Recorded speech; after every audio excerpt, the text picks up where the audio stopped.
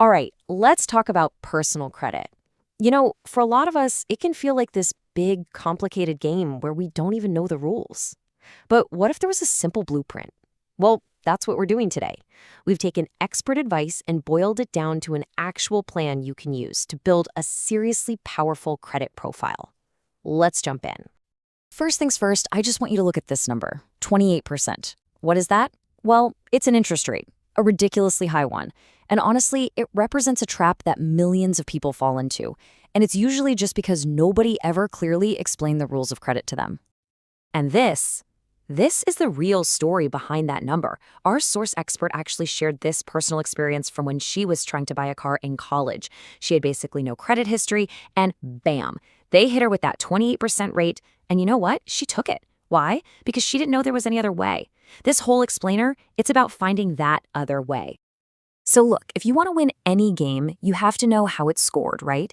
Your credit score isn't just some made-up number. It's a calculated result, and it's based on 5 very specific things. Understanding these is absolutely the first step to getting in the driver's seat. So what's the secret sauce here? It's all about knowing where to put your energy. For a minute, just forget all the small stuff. A huge 65% of your entire score comes down to just 2 things. Your payment history, meaning do you pay on time, and how much of your available credit you're actually using. If you can just get a handle on those 2, you are already most of the way to the finish line. Everything else, it's important, but it's secondary. Let's break that down into actual points.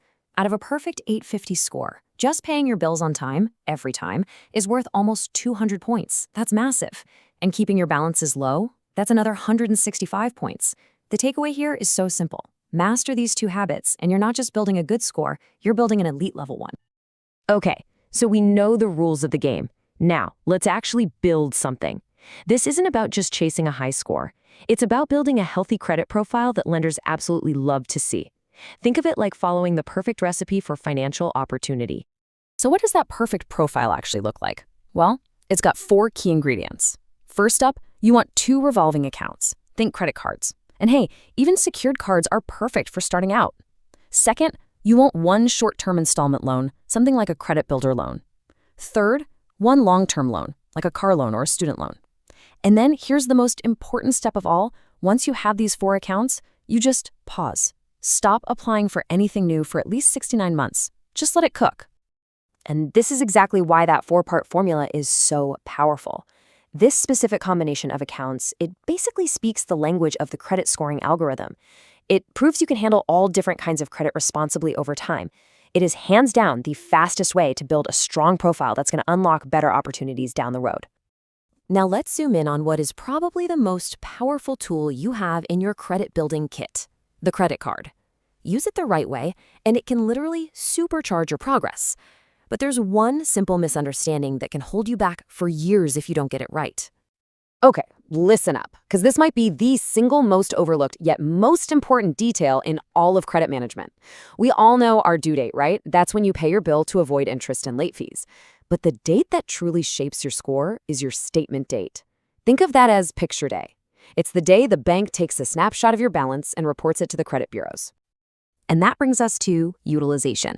See, the trick isn't just to not spend more than 10% of your limit. No, you can use the whole thing if you want. The real key is to pay most of it off before your statement date. So if you have a $500 limit, you can spend $480. But as long as you pay it down so your balance is only, say, $20 on that statement date, your utilization is a beautiful 4%, and your score is going to reflect that almost immediately. So you've mastered utilization. Awesome. What's next? Well, you want to increase your borrowing power. A higher credit limit gives you more breathing room and makes keeping that utilization percentage low even easier. But how do you actually get them to give you one? It's really all about showing the bank's computer algorithm exactly what it wants to see. For about 2 months before you ask for that increase, you need to show them you're a responsible, active user. That means using the card for small, regular purchases, at least 10 a month, maybe putting a couple of recurring subscriptions on there, and having autopay turned on. You're not just asking for more credit, you're actually building a data-driven case for why you've earned it. All right, we've got the blueprint. We know how to use our tools. Now, let's talk about the common traps and the myths that can totally sabotage all of your hard work. This is probably the #1 question people ask when they start getting their finances in order. You finally paid off that old credit card from college, so you should just close the account and be done with it, right? The answer is a huge, resounding no. Seriously, don't do it. That old card is like gold.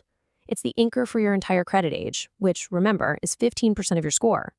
Closing it can literally chop years off your credit history and cause your score to drop.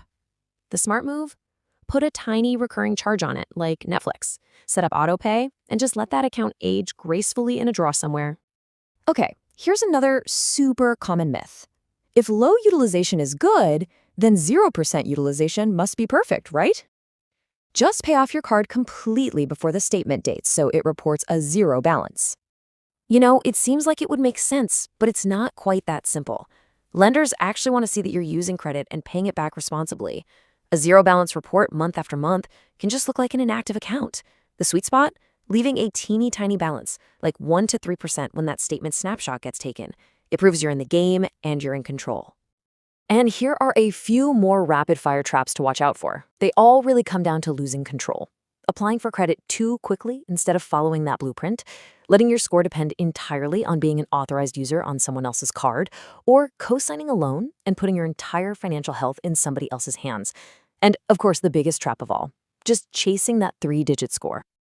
And that really brings us to the single most important takeaway from all of this. If you remember one thing today, please let it be this. Stop chasing a number.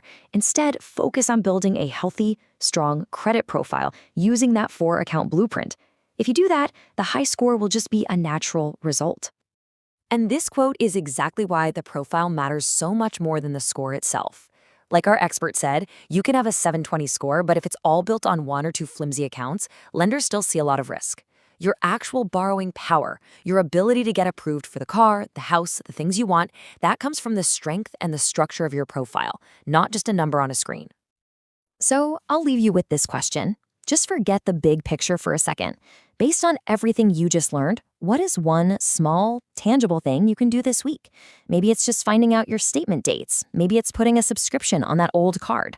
Or maybe it's finally opening that first secured card to get the ball rolling.